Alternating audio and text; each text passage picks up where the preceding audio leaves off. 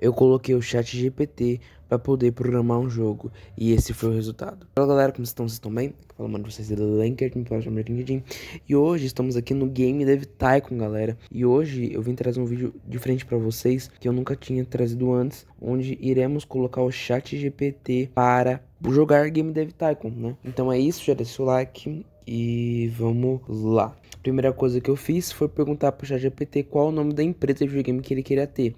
Então ele falou que ele queria uma empresa chamada Pixel Forge Studios, onde a ideia é forjar pixels, ou seja, criar mundos, personagens, etc. E sinceramente eu achei até um bom nome, e assim a gente começou com a Pixel Forge. O primeiro jogo que o ChatGPT ele quis criar foi um jogo de crime. Eu falei para ele os temas que ele poderia colocar e ele queria um jogo de crime e o jogo seria chamado de Cicatrizes do Asfalto. A ideia do ChatGPT era que ele seria um jogo meio que tático, um RPG de ação, meu sandbox, entre várias ideias. No fim, eu coloquei para ser um jogo de ação, né? O estilo do jogo que o ChatGPT ele queria era um jogo 2D com diálogos bem escritos, morais e com várias escolhas diferentes entre diálogos, design e jogos. E a IA, ele preferiu escolher o design como essencial, a IA como o elemento ali no meio e ele basicamente não se importou com os diálogos do jogo, né? Depois eu perguntei para ele se ele preferia design, som ou gráfico, e ele colocou que ele preferia vital o design, o som como o intermediário e o gráfico como um suporte. No fim,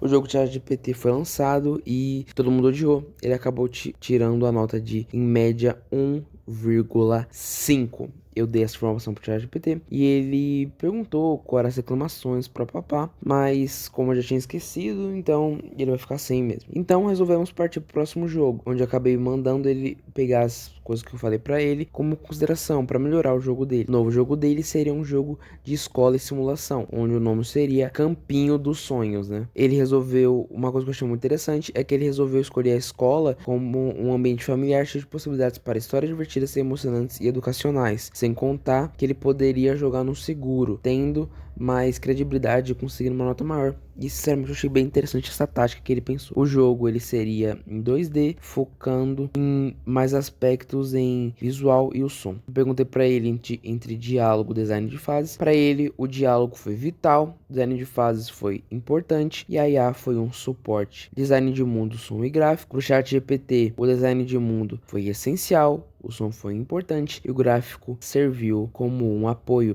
E eu achei muito interessante porque a gente consegue perceber que ele meio que tá seguindo um padrão comparado ao antigo jogo que ele fez, né? E aqui ele acabou tirando uma nota média de 3,5 de 10. Eu gostei que agora, quando ele entendeu isso, ele já percebeu que ele poderia aprimorar algumas coisas no jogo dele, como os diálogos, personagens, expandir o design do mundo, melhorar o som. Ele já se auto fez uma reflexão do que ele poderia melhorar. Isso eu achei extremamente interessante. Agora, no jogo, você tem a opção de escolher mais de um tema adicional para você poder criar. Pro ChatGPT, e ele resolveu escolher o tema medieval, que eu achei muito interessante, porque é realmente um tema muito legal, principalmente para exploração e você conseguir jogar no seguro. Eu acho muito interessante. O título do jogo que o ChatGPT escolheu foi Reino das Sombras, onde o tema do jogo era esse é um jogo medieval, dividindo em vários reinos e conflitos, uma magia antiga e lendas cercam as terras, mas uma ameaça sombria está crescendo nas sombras, colocando em risco o equilíbrio no poder. O gênero do jogo é RPG e ele quer focar legal em design do mundo, personagens jogáveis, mecânicas principais, visuais e som. Eu perguntei pro ChatGPT qual ele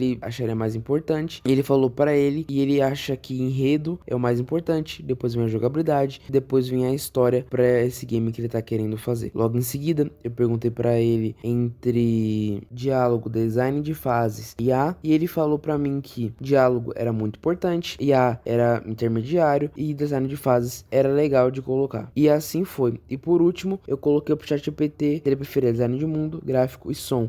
Mas nessa vez eu coloquei uma coisa adicional, já que as vendas da empresa ChatGPT, a Pixel Forge, estavam indo muito bem e falei para ele que esse jogo poderia ser a vitória ou a falência da empresa dele. Com isso, o ChatGPT, com esse peso nas costas, resolveu mandar a gente colocar em design de mundo como primordial, som como mediário e gráfico como final. E no fim, o ChatGPT acabou tendo uma nota média de 6 de 10, que até agora foi a melhor nota que a gente teve. Uma coisa que eu achei muito interessante nessa experiência é que o ChatGPT ele tem um padrão nos jogos que ele quer seguir. Uma coisa que eu também gostei de manter foi que eu não contei pra ele que estamos falando do Game Dev Tycoon. Eu só fui fazendo perguntas pra ele não ir lá e pesquisar e ver qual era a possibilidade do Game Dev Tycoon e as melhores combinações. Então tudo isso foi criado do zero. No final, a gente teve a seguinte tabela, onde o primeiro jogo foi 1,5, o segundo foi 3,5 e o último foi 6, sendo a nossa maior nota até agora e sinceramente uma grande vitória aí pro nosso querido amigo ChatGPT. Foi esse vídeo, espero que vocês tenham gostado. Se você gostou, segue aí, deixa o seu like e comenta aí se você quer que esse quadro volte e quem sabe a gente vai fazer uma nova experiência e continuando essa saga do ChatGPT. Muito obrigado pela atenção de todos. Fui, falou e tchau.